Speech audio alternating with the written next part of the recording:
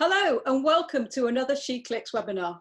Today I'm absolutely delighted to be welcoming Katie Teesdale-Ward to She Clicks and to her first webinar, because Katie and I have been friends for a long time. We know each other through the photographic industry.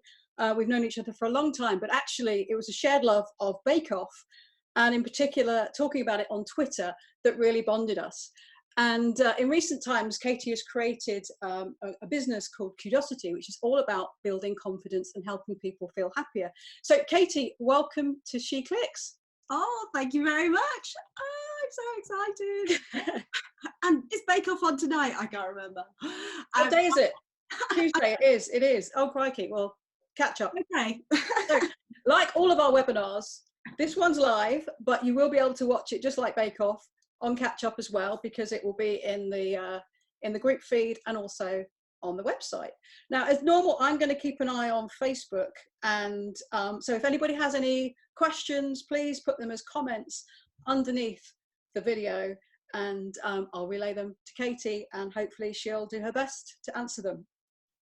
So Katie, over to you. Thank you very much. Thank you, Ange. So, as she said, my name is Katie, and I have been working within the photo industry for nearly about 20 years. And within that time, I have worked within PR, marketing, and very customer facing, very lots of interaction with journalists and general public. So with that in mind, you would think that I would be automatically confident. Well, there have been times when my confidence has been here, and there have been times when my confidence has been down there. And the reason that I wanted to create Kudosity is because I believe that when people are more confident and have an understanding of their own self-confidence, it helps them be more comfortable, more confident, and braver within their day-to-day lives, and as such ultimately become happier. So with a rather altruistic view, I want people to be more confident, more happier, and worry less. So with She Clicks, I'm a massive fan of the group. Obviously I've known Ange, but I've been within photography for a long time. And so we're going to talk a little bit about what confidence is, why it matters, and the parts of which we're talking about sort of seeing the signs regarding self-confidence and how to develop those and move them on to the next level. So this is very much a kind of a taster of what I believe self-confidence should be and should look like. So without further ado, I'm going to have a quick slurp of Yorkshire tea, because nothing interesting didn't start with a cup of tea. No biscuit, I see. Oh, damn it. But we're going to start off with what confidence is. Now, I did a little Google search, and from the Oxford Dictionary, so I'm going to read this out. The definition of confidence is a feeling of self-assurance arising from an appreciation of one's abilities. Now, that is very dry and obviously a dictionary definition. What I believe confidence is it's a mindset, it's a feeling, it's the time when you are able to feel flow and things feel lighter, you feel lighter, and ultimately confidence is a skill. And with anything that is skill-based, it takes practice, and it takes it's like learning a new language or learning anything, for learning how to drive. You have to keep practicing, and confidence is not a personality type. I've often had this conversation with other people who've said extroverts are naturally confident and introverts are less confident. I can tell you now that confidence is not a personality trait. There are many extroverted people that I've met over time who lack a lot of self-confidence, but they sometimes replace that by being quite loud, maybe, but that loudness or that kind of way in which they express themselves does not mean that they're necessarily confident. Equally, I've met lots and lots of introverts who are very, very confident in their own ability. Self-confidence is very much rooted where they are, but it's not something that they necessarily project. It's quite quiet. It's a much quieter process. Ultimately, extroverts, introverts, both can suffer from lack of confidence. As can men, as can women, as can young people, as can old people. Self-confidence and the ebb and flow of confidence can happen at all different stages and to all different types of people. So that's kind of my definition of what I feel confidence is. Now, I'm going to move to a slide. So if I lose you all, please bear with. I have no sort of on hold music. There we go. So yes. Okay. So the next slide is, why does confidence matter? And this is a really important one. I believe that increased confidence will increase your resilience in life generally. It will help you to become braver in your decision making, braver in the ways in which you conduct your personal and business life.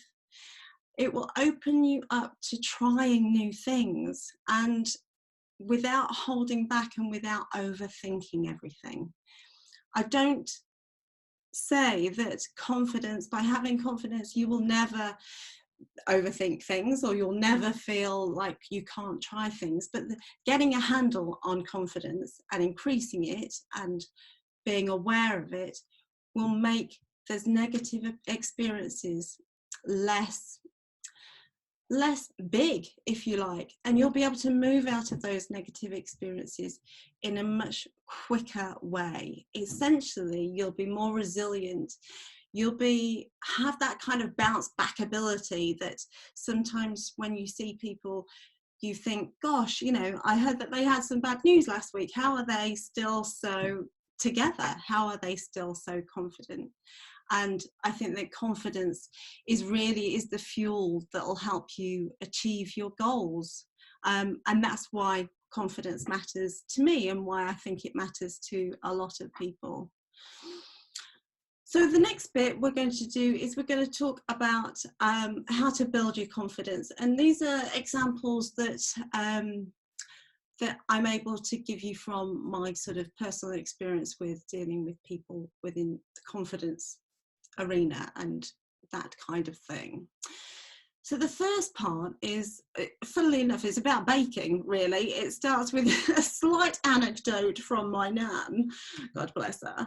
And she always said to me, I mean, I'm not a cook, but baking seems to be my thing. I can whip together a few fairy cakes and a few things extra. But my nan always said to me, never ever bake or start putting together anything that you want to do if you're not feeling it. If you're feeling distracted or if you're in a huff, don't start baking, because nothing will rise and it'll all be a disaster. So she did have a point on lots of things, and one of those was one of them. And I've tried to kind of find the similarity within photography, and it came to me kind of the other day. I take a lot of pictures on my phone. It's with me all the time, surprisingly enough.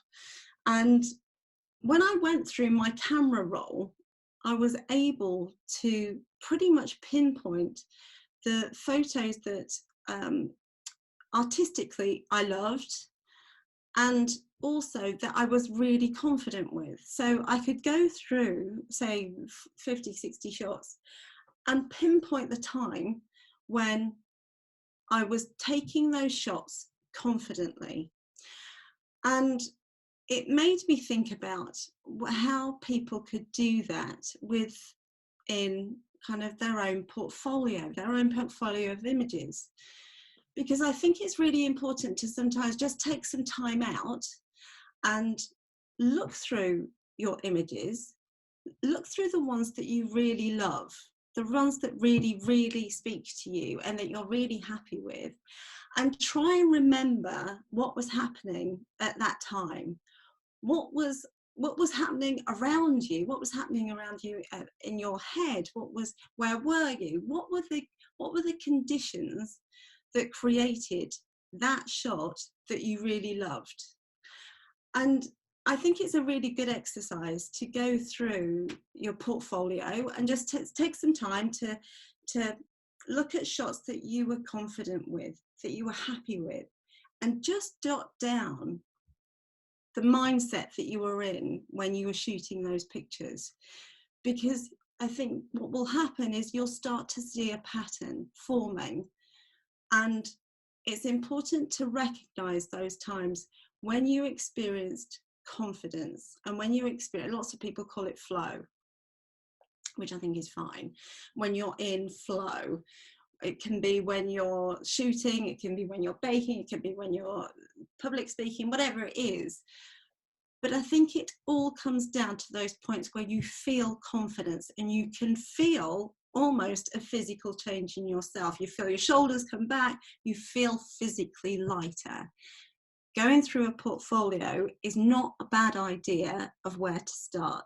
So that's kind of my first place that I think is a good starting point. The next part is really how to conduct yourself with confidence. And within the business environment, within photography, whether it's you're pitching for business or you're asking to be involved with a creative brief, I think it's really important to be aware of the language that you use, certainly in emails and certainly in face-to-face conversations. When your self-confidence is low, I think you second guess everything, you overthink everything, you second guess what it is that you wrote or how you've pitched something. And before you know it, you've wrapped yourself into such an absolute quagmire of, I don't know what I'm trying to say and I don't know how I'm trying to say it. It becomes very confusing. When you take some time and try and look at what you're writing down in an email or when you're in a meeting with other people, just take a beat to consider the language that you use. I've seen it so many times in meetings where, and it's not always, but it's often women who kind of start their sentences with an apology. So, I'm really sorry to interrupt you, but I think that this is going in the wrong direction, or I think we've got something else that we could talk about here. There's always lots of apologising and quite submissive language. I think it's important to recognise when that happens.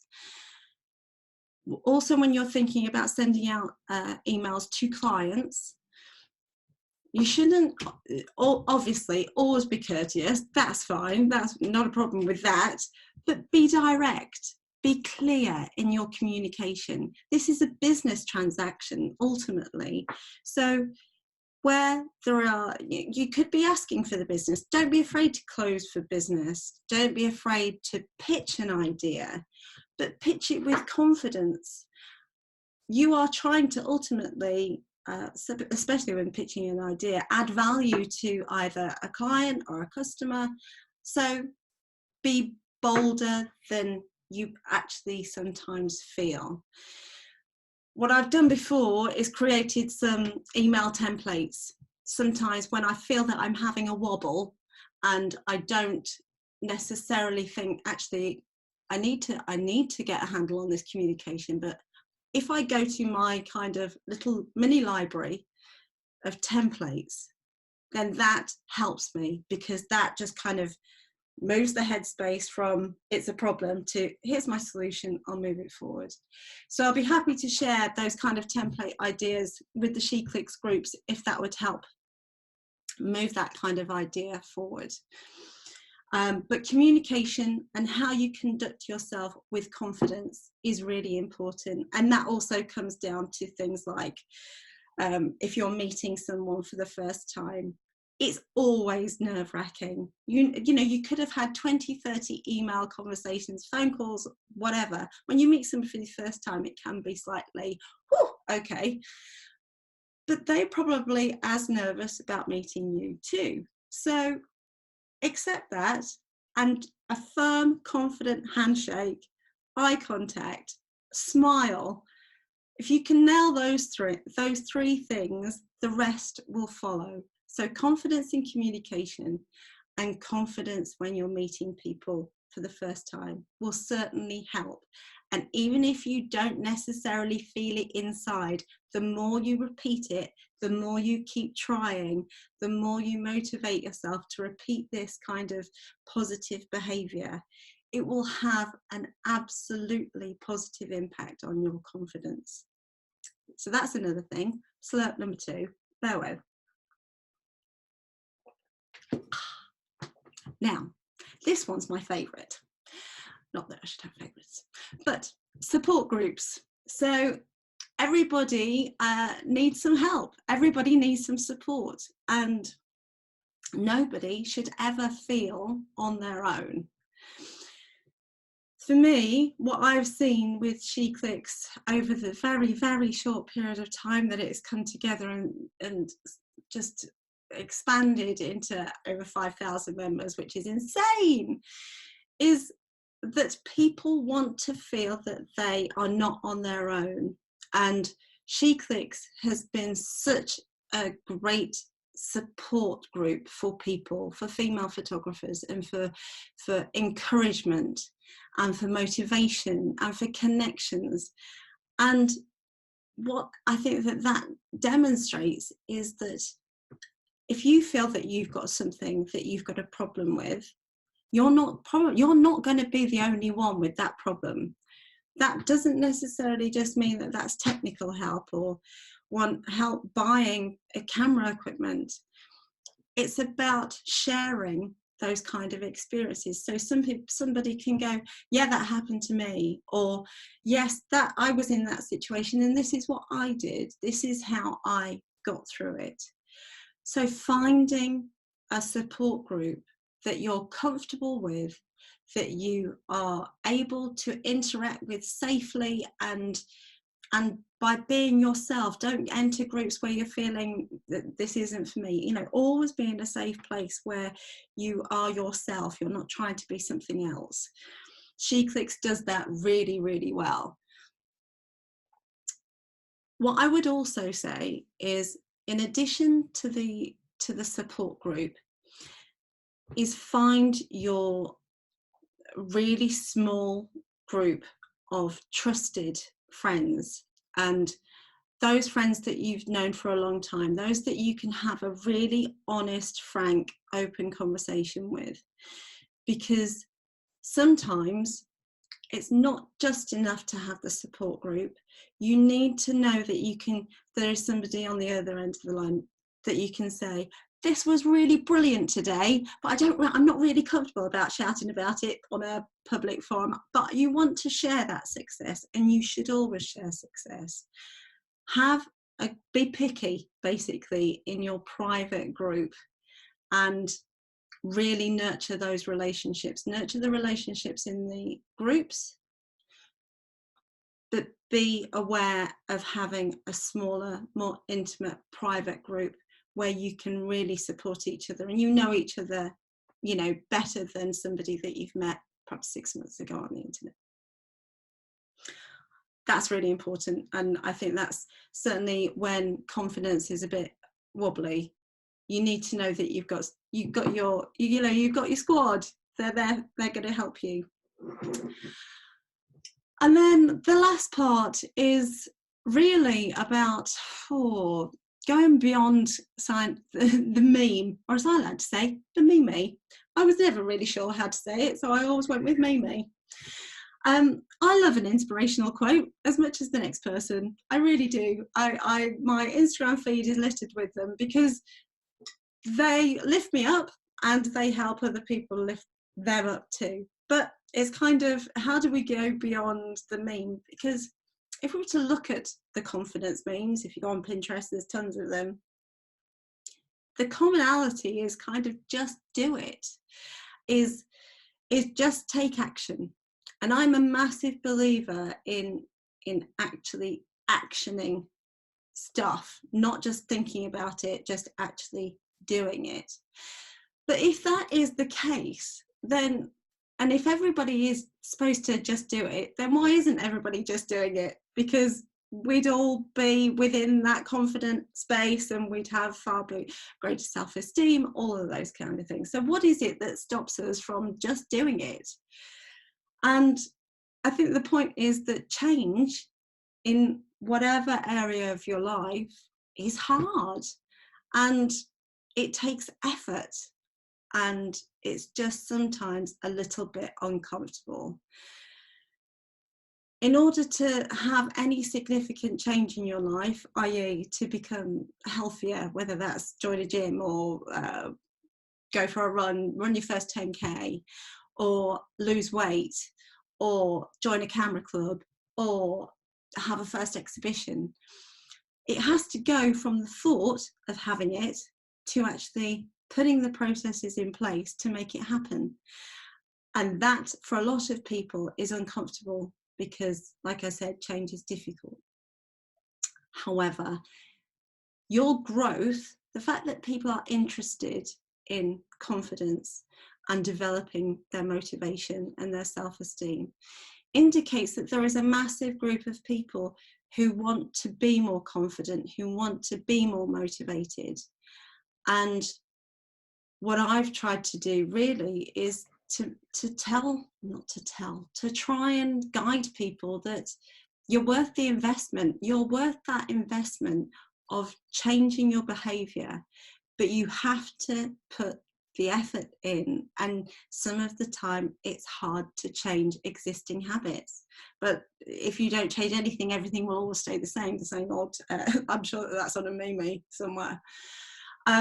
So in terms of kind of action for confidence, which this is all fundamentally rooted in how to take action, is distraction for action. Basically, I've put that somewhere. You can see me looking at a note.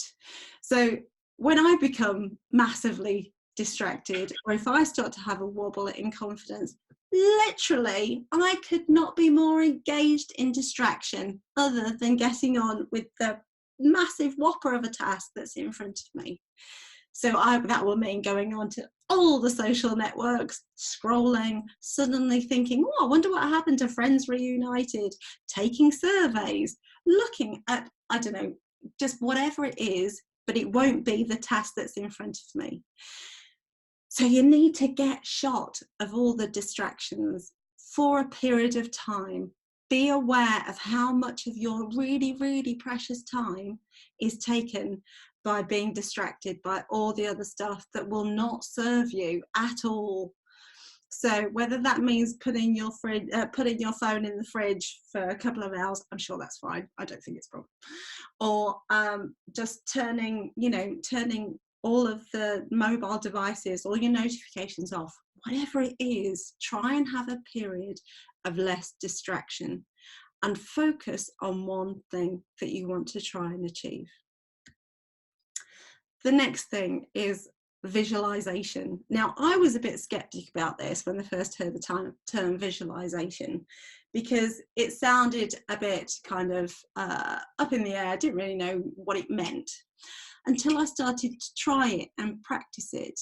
And sometimes it will be when I'm meeting a client for the first time, I will visualize how that meeting is going to go. And that will even come down to thinking about visualizing the car journey to get to that meeting, what I will say within the first sort of 10 minutes, how I will go. Now, there's a difference between visualization and planning. The two sound quite similar, but you have to try and put yourself in a position where you can see an outcome that you want to try and get to. It's not necessarily getting the exact outcome that you want, but you are putting yourself within a comfortable space where you can think, okay, this is what it's going to look like, and this is the ideal outcome that I want. But the process is really important, because you're seeing yourself actioning it rather than just saying that it's going to happen. It's really, really good tool to use and to keep practicing it. Now, negative Nellies, we all know them, and we all know, have had times where we've either been stuck in a lift with them, or we work with them, or they're our line manager, or they're our co-worker, or at times they are us. And it's really, really hard sometimes when you know that there is a negative Nelly within your vicinity, because they tend to suck out all of the positivity that there is in the room. They're the first ones to say, well, that won't work, or why are you trying that? We've done that before. It didn't work. Or you can't, you know, they're the can't, they're the won't, they're the don't. Although you can't necessarily avoid them totally, I would recommend limiting time with them if you can't avoid them. And sometimes that is making a conscious decision to say, okay, it's been good to chat, now I need to move this project on, or now I need to move away from here, because they will start to kind of they will suck out your positivity, they will suck out your confidence. So it's important to limit your exposure and your time with any negative Nellies. And if you find your language sliding into kind of the I can't, I don't, I won't, just take a moment to think, okay, how could I flip this? How could I think about how I could do this? How I would do this? What would the outcome look like if I changed my language, if I changed how I conducted myself and did it with some more confidence and with some more motivation? Practice. Oh my gosh, I can't tell you how important this one is. Confidence ebbs and flows, and there are days when you feel that you can literally walk on clouds, everything's in flow, things are looking good, it's all great and rosy. And then there are times when something will come along and absolutely burst your bubble, or will knock you for six. Having a greater understanding of self-confidence won't stop the bad things from happening. It's not a magic shield. It's not something from the Avengers. It's just, it won't protect you from all the bad stuff that there is in the world, and there is. But what it does, and what by practicing self-confidence does, is it comes back to that building your resilience and building your bounce back ability. Because the more you practice it, the more resilient you will become, and the bad stuff which is there will always be there, but your ability to overcome it will become much better. You'll feel more confident in how to deal with those kind of crap times when they come along, and they do. Now, finally, my conclusion. I've only done 2 slides and I've zipped over to the conclusion, but we'll carry on.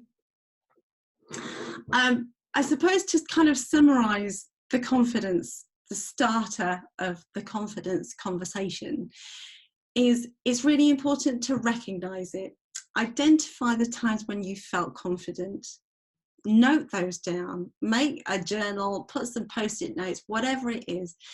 But remember that feeling, and it's really, and take time to do that exercise as often as you can, because it is important to recognize how that confidence made you feel, how it actually changed your mindset.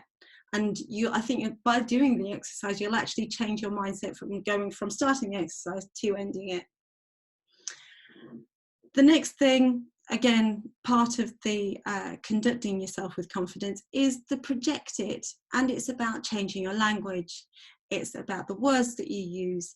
It affects as much as you feel as it does around the people around you. So if you feel confident, and it may just be, do you know what, I'm just gonna do a bit of an Oscar performance because I need to get this through for 5 minutes, that will project a more confident feeling to those around you. Then you just keep on building up the layers of self-confidence. And then lastly is the nurture it. It's really important as part of the process that confidence is such an internal process that if you have moments where confidence is lacking, it's not going to mean that that confidence isn't going to be there tomorrow, or you can't pull it back, or it's a bad, it's that whole, a 5 minutes isn't a bad 5 minutes, doesn't necessarily mean a bad 5 days or 5 hours. You've just got to learn to kind of recognize it, project it, nurture it, have these groups like SheClicks, which is such a positive community, and keep practicing. It is a skill. It takes time. It takes effort, like learning a language. You just have to keep practicing it. So that's kind of my taster, more than 5 minutes, 2 slides only, a lot of me banging on, but I hope that it's helped. And with Kudosity, we're going to, there's already a closed group on Facebook as well, but I would invite anybody that would like to join that to do so. And that is like the SheClicks closed Facebook group as well. We'll keep that, the subjects that you want to talk about in that kind of environment. And I will share any blogs, any books, TED Talks, recommendations on the Kudosity website to help guide you when you need a bit more direction and for more confidence.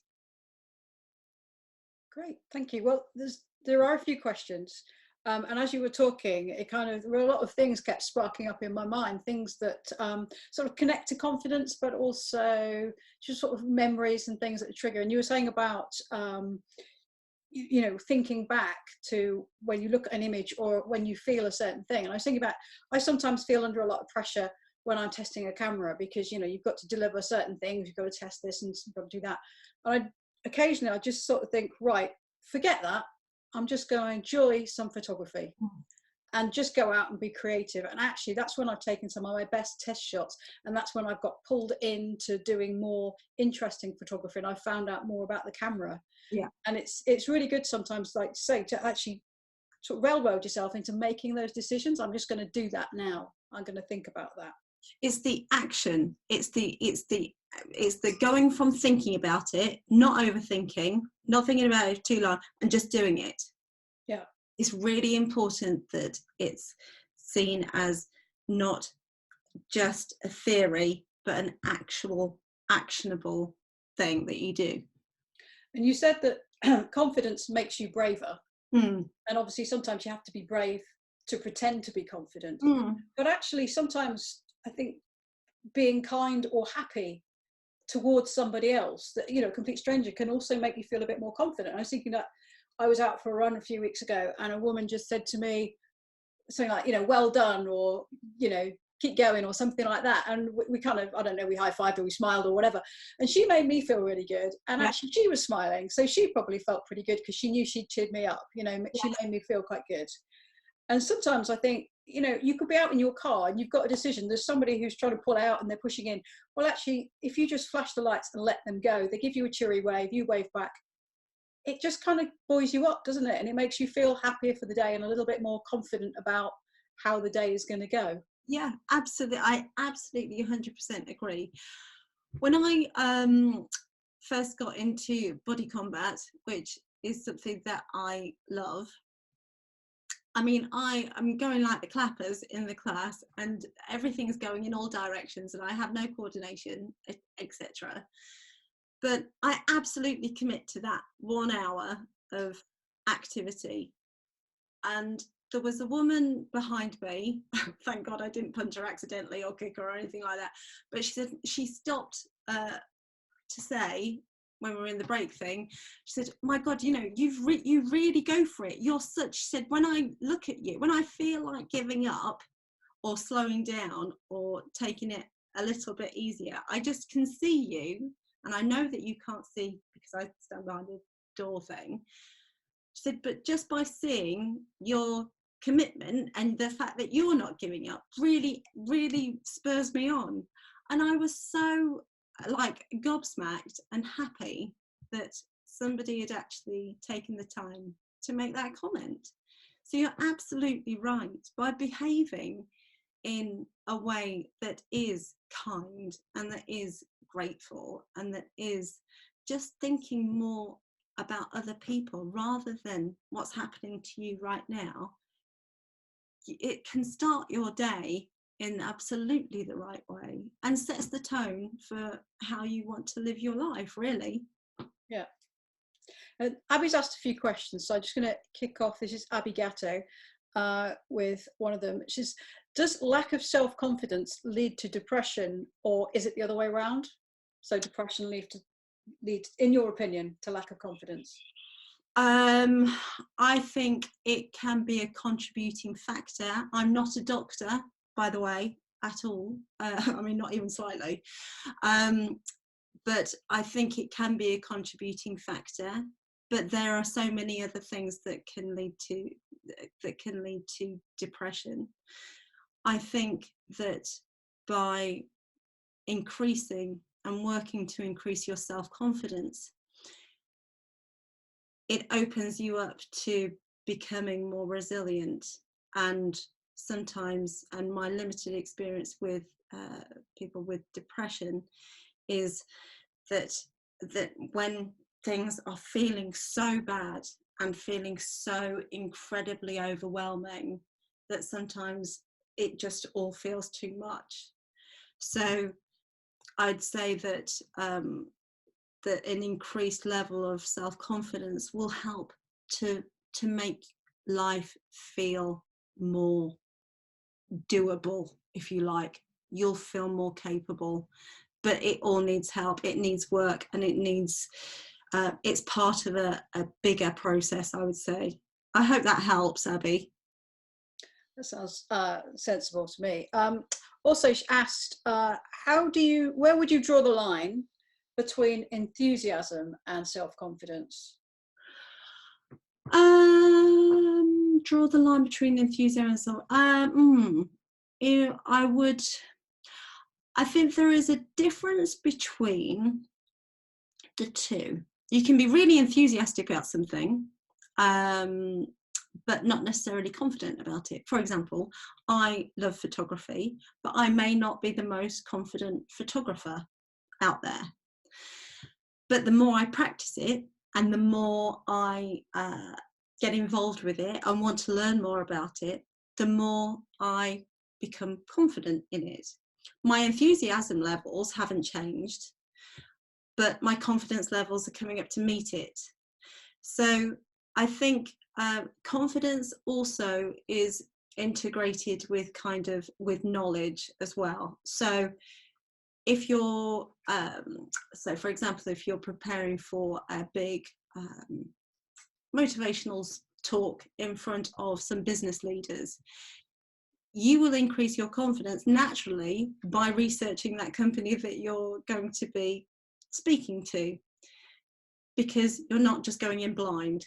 So I'd say that, I don't know if that's gone off topic a bit, but I think enthusiasm is slightly different to having self-confidence. But I think it's, if you can be enthusiastic about whatever it is that you're passionate about, whatever it is that you love, then that's an engaging attribute to anybody, really. You know, that's an interesting conversation to start, and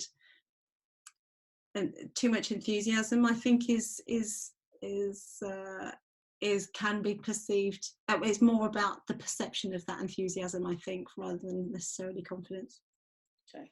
Something I noticed actually with some of the She Clicks meetup is that obviously everybody gets together and people are a little bit nervous. Like you were saying, you're meeting people that you've not necessarily met before. Yeah. You've had lots of fun conversations, but you've not actually met each other. And this is where actually having the closed group helps, because you know there's certain boundaries that they're not going to go beyond. But you know, there is a bit nerve-wracking, but one of the things that I always love is within 5 minutes everybody's laughing.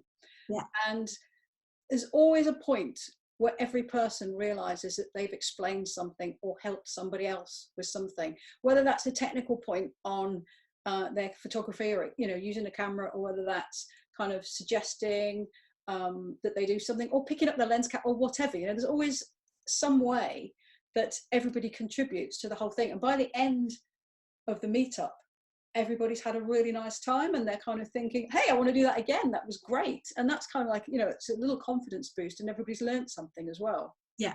And also that's that recognition of not everybody's everybody's in the same boat, and it's kind of like, nobody's going to judge me, and nobody is going to be there to criticize me, because ultimately everybody's got their own stuff going on. The common theme, the common purpose is for people within She Clicks is to support, to share knowledge, to encourage, to motivate. And that, with the meetups, that with all the events and things that She Clicks does, it helps nurture those relationships. It helps nurture those self-confidence, because somebody who is trying to suggest to another photographer, come along to a She Clicks event. I've been to the one that was wherever, and I felt nervous, but it was really great when I got there. There is that, it all feeds into the next layer of influence, and it is that sharing the good. Share the good as much as you possibly can. Liz asked a really good question, which was, how do you recover your confidence when you've had lots of knockbacks? Yeah, it's a really good one, and it is something that knockbacks can either be, you can have them over years, you can have them within a week, it can be from personal, or it can be from work. And it's really about recognizing what those setbacks were, and is there looking at them, trying to look at them objectively to begin with, and kind of, is there a common theme? And also, there's sometimes a place where you can feel, actually, am I putting myself in a situation where I'm not going to be confident doing this? And I think when you have a continued period of setbacks and confidence is low, I think one of the quickest and most successful things to do to overcome that, is to do something that you're confident at really quickly. So that could be take a great landscape shot. It could be bake a cake. It could be call someone because you know that they really like to hear from you. Do a small activity that takes you away from thinking, crikey, I'm having another knockback. If I do that, I'm gonna fail.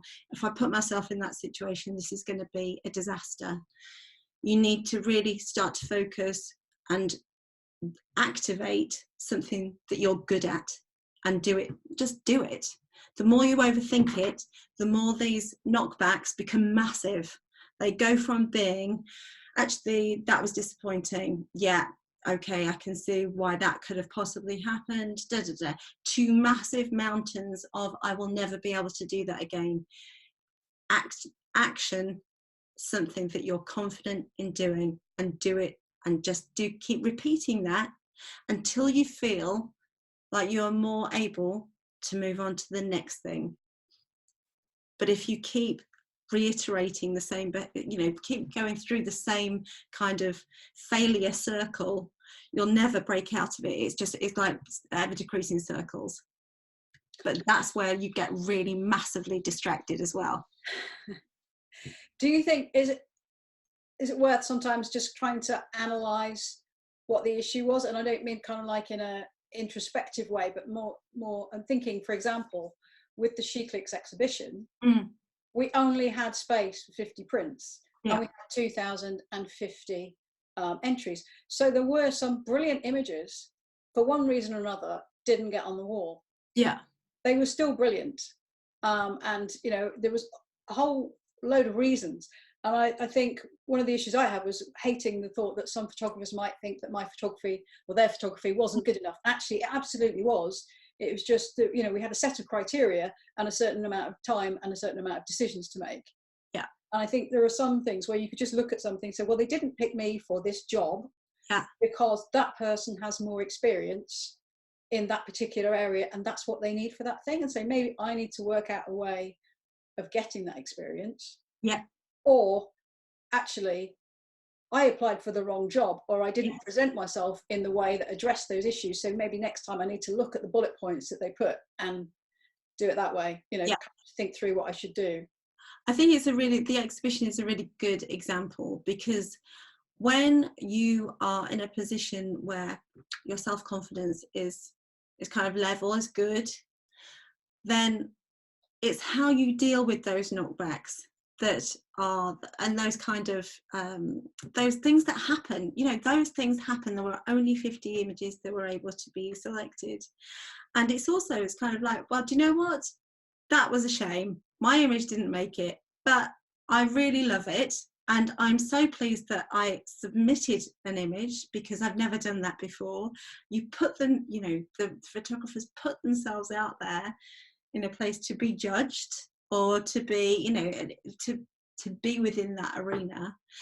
And when confidence is good, your bounce back ability and your resilience to what some people could see as rejection is much higher than had it been if your confidence is low. Because it could be that, actually, do you know what, I should never have entered, I should never, at no point has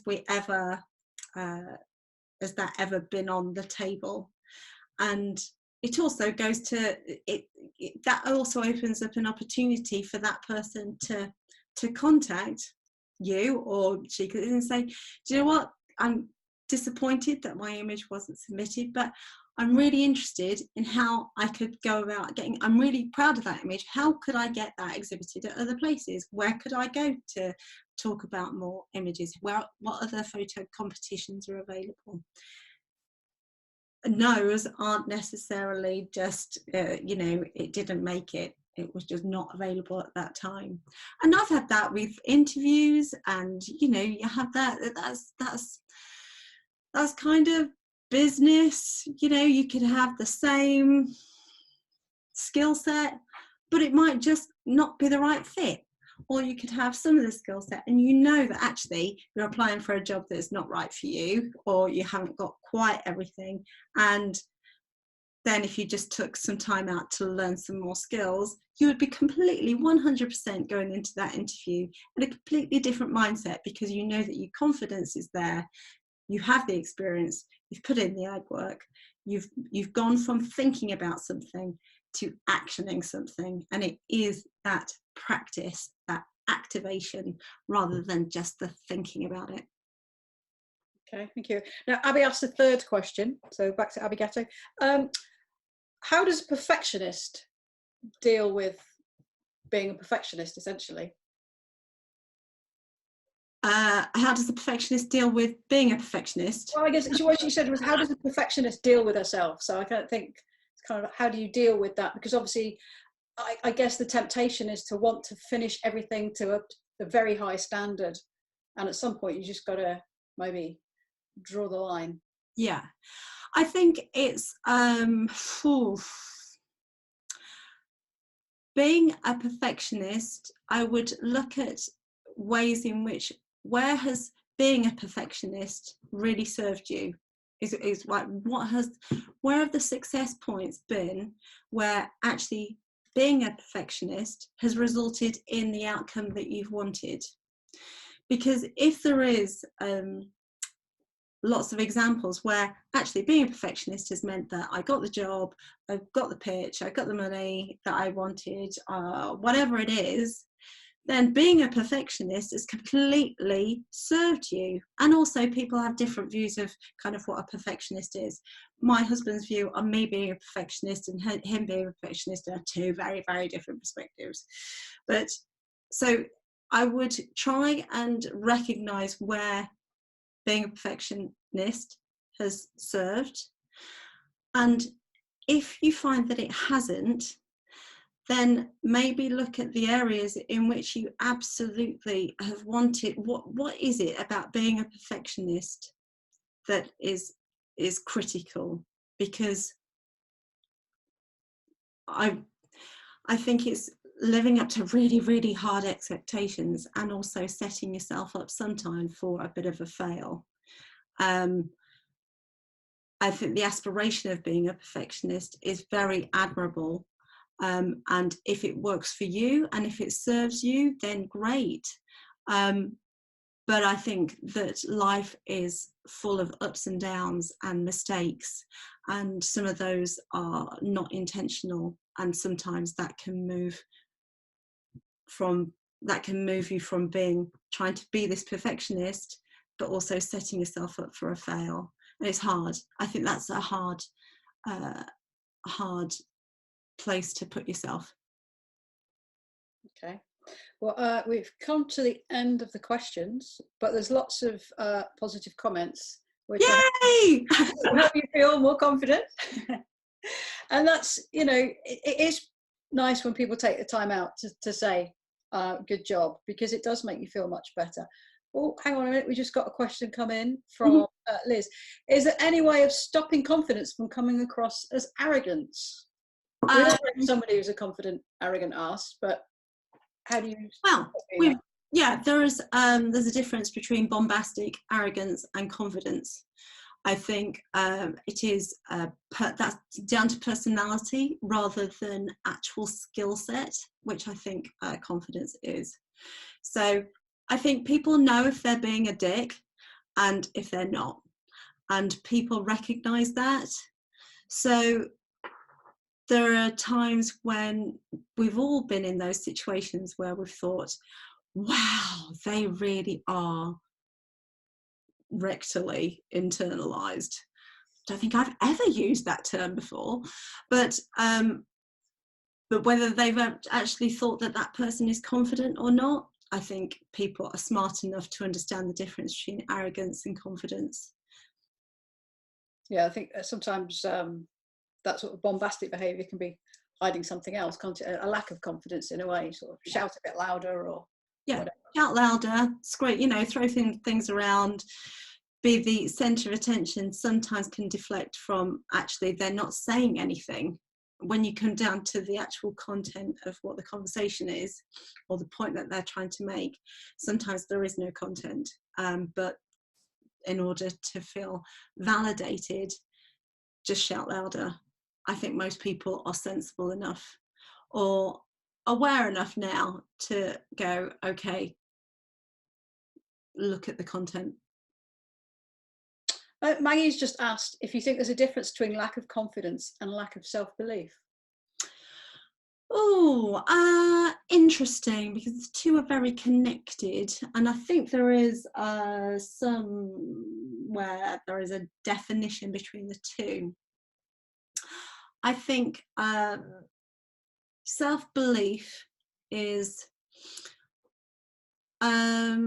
slightly different in that self-confidence is more focused on actual actionable activity, if you like. Self-belief is more about how emotionally wired you can be to it. So I could have good emotional belief in myself about cooking, but I know that my experience has been that I'm not a great cook, obviously a great baker, but cooking is not great. So I lack confidence in the cooking because I need to do more of it. But my belief is that actually I could actually get there at some point. they're very, very close bedfellows, and it's an interesting question, and one that I'll try and explain a bit more articulate. I'll try and articulate better on the forum. Okay, great. Thanks for that. Well, thank you very much. That's been a really interesting conversation. I feel like the time has flown by. I know, I was so worried about just having 5 slides and thinking, how am I going to keep talking? But yes, an hour has whizzed. Thank you very much. I've loved it. Good. Well, thanks very much, Katie. I think there's probably a lot of people who are going to look through again to pick up some of your pointers, but everyone's saying it's been really helpful. Someone said, you know, it's a real life lesson, and I think that's the thing. There's a lot of things in She Clicks that we can help with the photography, and we can help with some of the support of business of photography, but your Kudosity is more about the kind of like life side of, or the life skills side of confidence, isn't it? Yeah, absolutely. And it's the support, and it's the motivation, and it's the optimism that this is where you are now doesn't necessarily mean that that's where you'll be in a week's time, in a month's time, in a year's time. If you're feeling that your confidence is low, we can help. It's all about helping and supporting each other. And confidence is, it's just about being comfortable to say, I need some help. I need some help with this bit. And we're all here to help. And I'm certainly here to help with any of it that will help She Clicks, for sure. Great. Well, thanks very much for that. And let's speak soon. Yes. Okay, bye. Thank you very much. Take care. Bye-bye.